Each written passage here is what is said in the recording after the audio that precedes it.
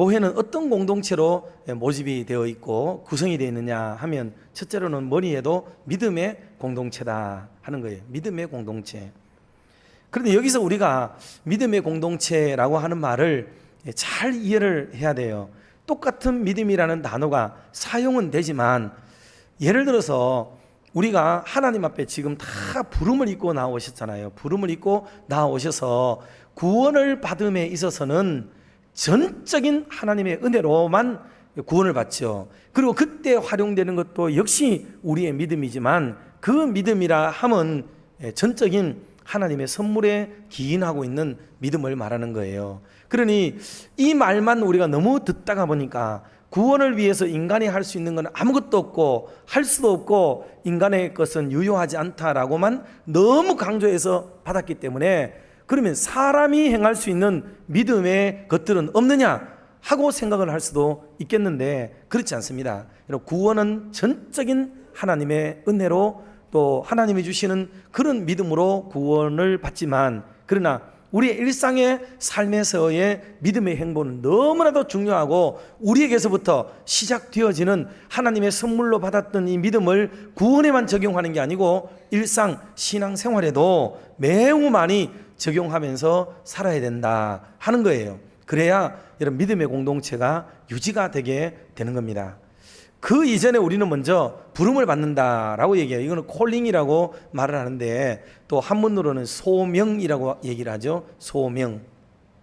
부름을 받는, 명을 받는 거죠. 사명은 해야 될 일을 말하는 것이고, 소명은 부름을 입은 것을 의미하는 것인데, 오늘 저와 여러분들은 각기 다양한 모습으로 부름을 입습니다. 다양한 이유 때문에 교회에 올라오죠. 어떤 분들은 어떤 스포츠가 좋아가지고 교인들과 어울려서 하는 어떤 클럽 활동들이 좋아서 올라오는 경우도 있겠고, 남자는 여자 따라, 여자는 남자 따라 올라오는 분들도 없지 않겠고, 다양한 모습으로 하나님의 부르심에 응답하게 되는 거죠. 그러나 결국은 그 자체로 끝나는 게 아니고, 이런 부름에 반응하는 게 뭐를 말하냐면 믿음이라고 그래요. 반응하는 것을 믿음이라고 한다. 하나님이 막 부르는데도 아무런 대답도 반응도 없으면 여러분, 그거는 믿음이 아니에요. 중요한 것은 오늘 교회들이 많은 사역을 감당하고 있지만은, 여러분, 하나님의 교회가 올바르게 서고 똑바르게 서면 하나님이 교회의 부흥을 주실 줄로 믿습니다. 사람의 방편으로 뻥치고 트릭 쓰고 꼼수 부리고 여러분 이렇게 남을 속이고 이렇게 하는 교회 운영과 그런 방만한 이벤트성 여러 가지들은 하나님을 속이고 사람을 속이고 그러는 거예요. 부흥만 이뤄내면 된다는 식의 어떤 논리보다도 여러분, 하나님의 교회를 올바르게 우리가 반듯하게 섬겨가면 이 하나님이 기뻐하시고 영광을 얻으시고 모든 부흥과 성장들은 하나님이 주신다 하는 이 믿음을 가지시고, 오늘도 우리 교회를 은혜로운 교회, 그리고 정직하고 괜찮은 교회로 만들어가는 저와 여러분이 다 되시기를 주님의 이름으로 축원합니다. 두 번째로 이 교회는요, 이게 인격적 교회가 돼야 돼요. 인격적 공동체. 여러분, 교회가 인격적이지 않으면은 교회는 하나님 기뻐하지 않으세요. 우리는 꼭 기억을 해야 됩니다. 너무 믿음 일변도로 빠져나가는 게, 이게 오해된 믿음이라는 것을 제가 처음에 말씀을 드렸어요. 오해된 믿음이에요.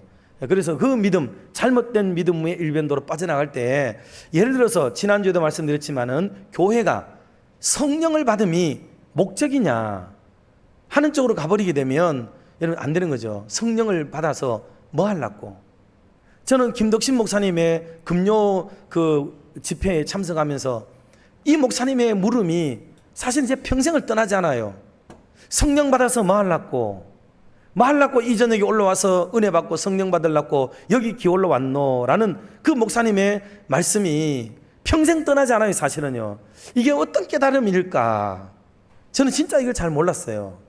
그래서 뭔가 성령 받아서 뭐를 해야 되겠다는 것은 느끼겠지만은, 감히 성령 받음이 목적이 아니고 성령 받음이 방편이라는 언어를 사용하는 데까지는 무려 30-40년이 걸렸어요. 여러분, 그거는 간단한 깨달음이 아니에요. 이거는 누구나 들으면은 아무것도 아닌 얘기고 그거 뭐 알만한 얘기다 라고 얘기할 수 있을지 몰라도, 여러분, 그거 쉬운 얘기는 아니에요. 그래서 우리가 성경을 공부하는 게 마치 목적인 것처럼 여러분, 제자 훈련 받음만 목적이 있는 거냐?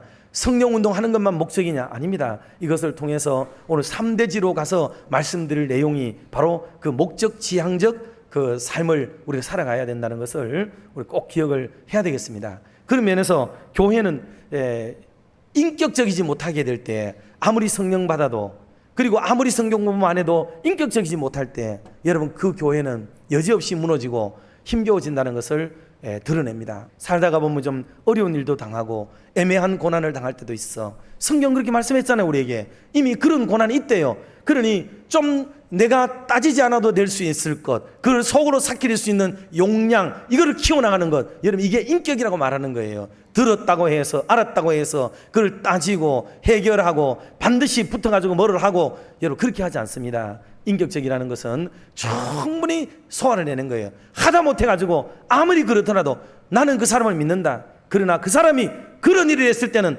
그만한 사정이 있을 거야. 나는 그걸 믿어. 여러분, 이게 어른들이 가졌던 통 큰 사이즈의 말씀들이었어요. 이게 그게 오늘 우리들도 좀 넉넉한 마음을 가지고 사람을 믿어주고 사람을 인정해 줄 수 있는 그런 넉넉한 인격적인 교회를 바로 우리 교회가 만들어가게 되기를 주님의 이름으로 축원합니다. 자, 그럼 마지막 세 번째로, 이렇게 믿음의 공동체로, 인격의 공동체로 나아가는 그 공동체는 무엇으로 가야 되느냐 하면 선교적 공동체로 나가야 되는 거예요. 여러분, 이 선교적 공동체라는 것은 우리가 선교를 하겠다고 결의를 하거나 다짐을 하는 게 아니에요.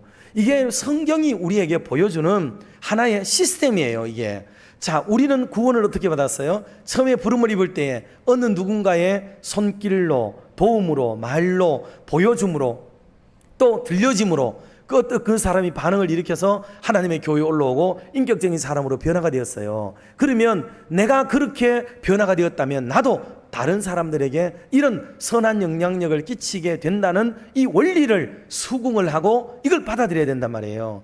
자, 그러면 오늘 저와 여러분들은 예수를 믿었고 예수님을 믿으면 하나님의 자녀가 되고, 하나님의 자녀는 당연히 살아야 될 곳이 어디예요? 이 땅이에요?